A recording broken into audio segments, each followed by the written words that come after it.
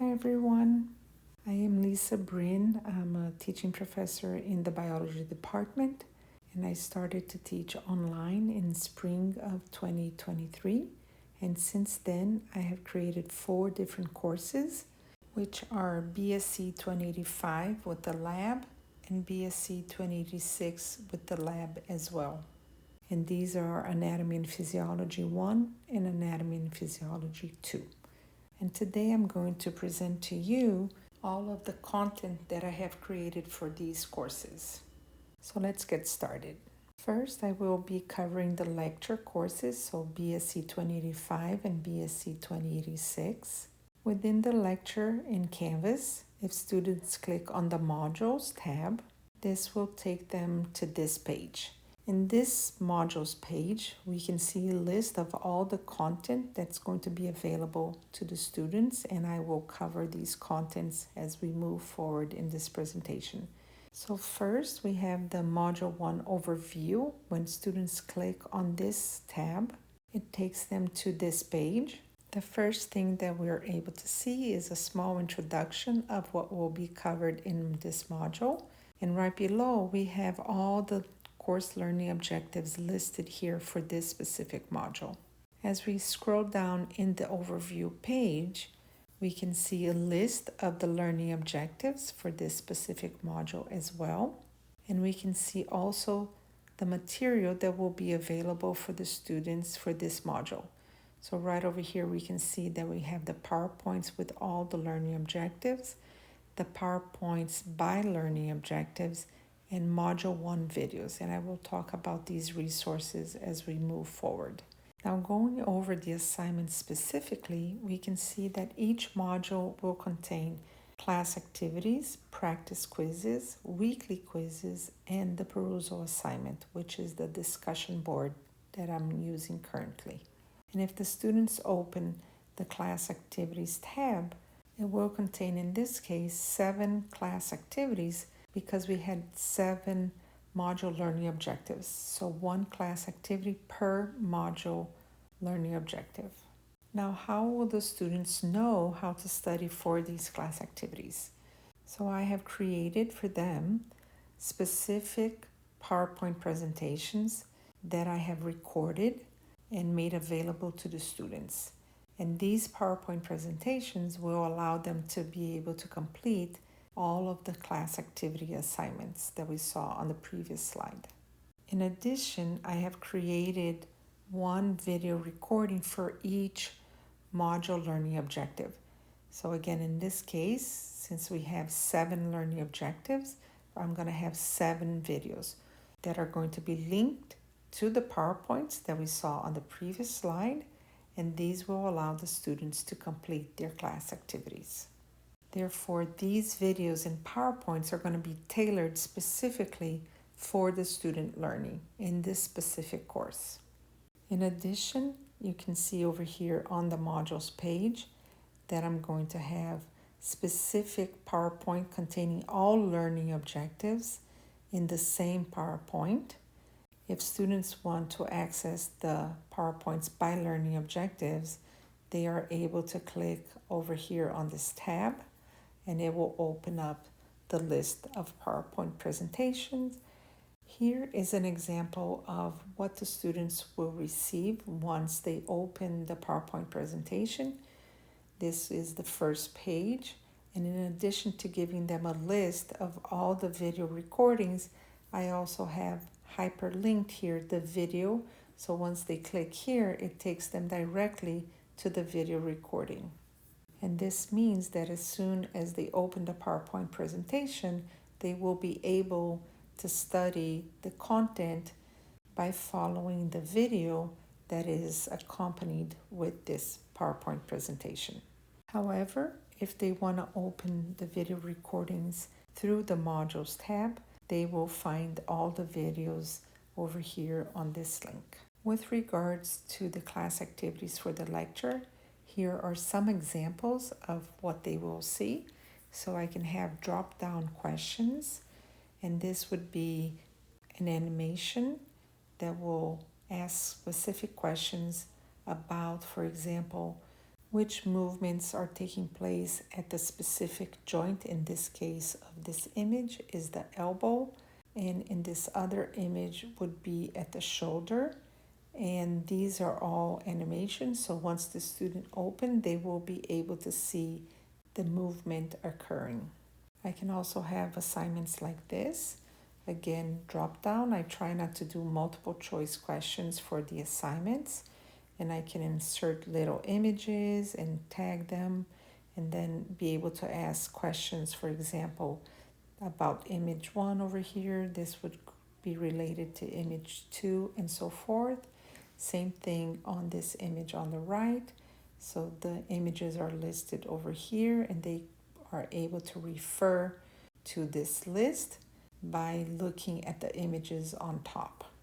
In addition, if I do have multiple choice questions, which are usually on the weekly quiz, then I do provide an explanation of why this is the correct answer. So they will get feedback as soon as the answers are made available to the students. Now I'm going to describe how the lab is run for, again, BSc 2085L and BSc 2086L, which are the Anatomy and Physiology series. Again, if they open Canvas, they will see a list of the tabs. Once they click on modules, it will open up all the assignments that are provided to the students. Again, I think it's best that students use the Module 1 Overview tab, but all of the assignments and all of the content and material that's provided to the students will also be available on this first page of the module. Once they open the Module 1 Overview, we will have an introduction about what will be covered in this specific module. We can also see listed the course learning objectives for this specific module. And underneath the course learning objectives, we're going to find the module learning objectives. So in this case, we have 3 module learning objectives, and they're all linked to the course learning objectives. Over here, we're going to have a list of the resources. In this case, we do have a PowerPoint presentation that is coming from the lecture. And I think this is important because sometimes students are not enrolled in the lecture and are only enrolled in the lab. And this PowerPoint presentation from the lecture is going to be important for them to understand the content of the lab.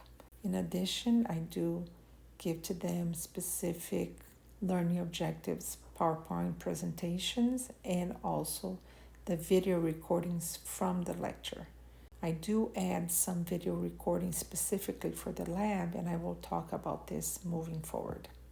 And down here we can see the assignments. For lab, I don't have as many assignments because I try to separate a little bit the content from the practical part, but usually they will have at least 2 assignments for the lab, and usually one has to do with the structure and one has to do with the function. And this is because anatomy deals with the structure and physiology deals with the function. So I like to separate the 2 assignments, and then I do an integrated assignment in the lecture. And these are examples of assignments that I have created for the lab. So I have edited this image over here and asked specific questions. And these images that I added, they're all used with permission. And this other image here of the skull, this is a picture that I actually took from a model in the lab. So I'm able to tag a specific structure that I want them to know. They have to, for example, in this case, tell me the name of the bone and the bone feature. And these are short answered compared to these other ones that are either drop downs or multiple choice questions. Here is just another example, and this would also be an animation of the ankle joint. So they would be able to tell me specifically the type of joint, what bone is moving, what bone is not moving, and things like that. So it's important for them to understand and I do have these as animations, like I said.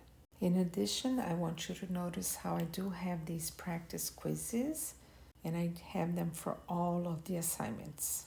So in this case, we're looking at the lab canvas, and therefore this is where they will be able to find the practice quizzes as well on the module homepage.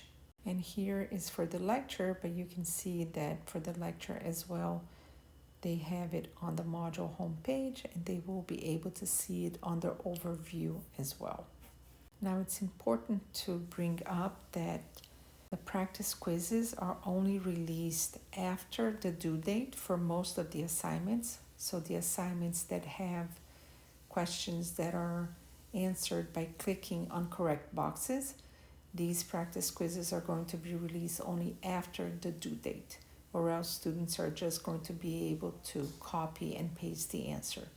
But now for the assignments that have short answers, like the one that we saw for the skull, for example, these I do release the practice quiz prior to the due date because I want students to know exactly how the question is going to be asked and what answer I'm looking for.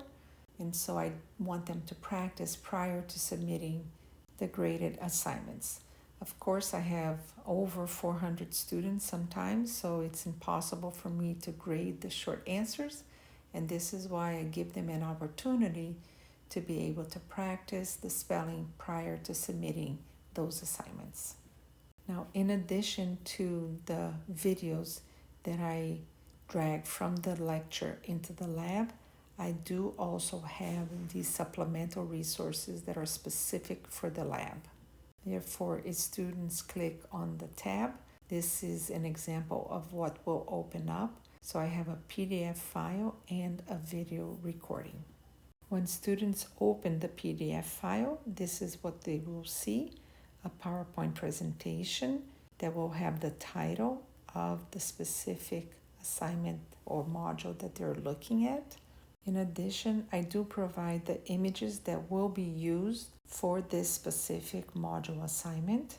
Here are more images, and I think it's important to provide the images so that students can practice tagging the structures and know exactly what the structures are and how to spell them. They will use a terminology list, which is provided on the next page of the PowerPoint presentation.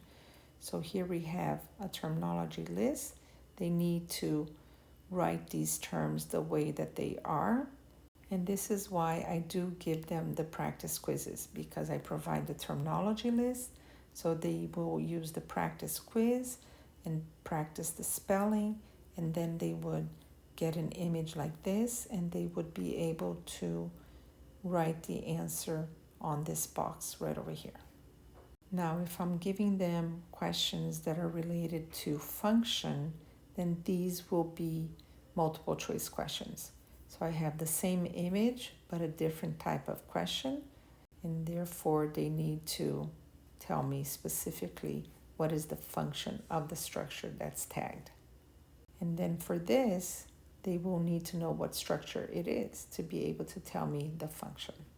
In addition, I do provide a video recording, and here is a video recording of the model for this specific module. This table is representing the amount of content that I have created for these courses. So I have 77 assignments that are created for BSc 2085. And remember that each assignment or each class activity has to do with one module learning objective. Therefore, I have 77 PowerPoint presentations and 77 videos. But keep in mind that these assignments or class activities for the lecture, they have more than one question. So there are several questions within each of the assignments. For BSc 2086, I have created 67 assignments, therefore 67 PowerPoint presentations and 67 video recordings. In addition, for the lecture, I will have 5 exams for each one. There are 4 exams that are broken down into different modules, and then at the end they have a final exam. For the lab, I only have 2 exams, a midterm and a final exam. In addition, I have created weekly quizzes for the lecture, and each of these weekly quizzes will contain questions from all module learning objectives in that specific module. So for example, I was using Module 1 as an example, and it had 7 module learning objectives. Therefore, the weekly quiz for Module 1 will contain questions related to all 7 module learning objectives of Module 1. I don't have weekly quizzes for the lab courses, and the discussion board that I use is the Perusal assignment, which is free, and I do have 1 Perusal assignment per module. Since I have a total of 14 modules, therefore I have 14 Perusal assignments for all courses, the lectures and the lab as well. With regards to the lab, in terms of assignments, for 2085L I have 29, and for 2086L I have 31. And then the PowerPoints that are specific for the lab, I have 14 PowerPoints for each, 1 for each module. And the video recordings that are specific for the lab, I have created 54 video recordings of the models in the lab for 2085L and 32 video recordings of the modules for 2086L. With regards to my presence in the course, I do send several announcements. This is an example of an announcement that I send after the students have taken, for example, exam 2, and I do give them feedback on the overall stats for that specific exam, and I do make myself available to them. If they have any questions, they can definitely come and meet with me. In addition, I like to send these message students who that we find over here in the gradebook, and so I try to send these messages to students that have not submitted the assignments yet prior to the due date. This reminds them of the assignments that they have to submit that have not been submitted yet. And to finalize, I am happy to let you know that all 4 courses that I have created since spring of 2023 have been certified by Quality Matters High Standards.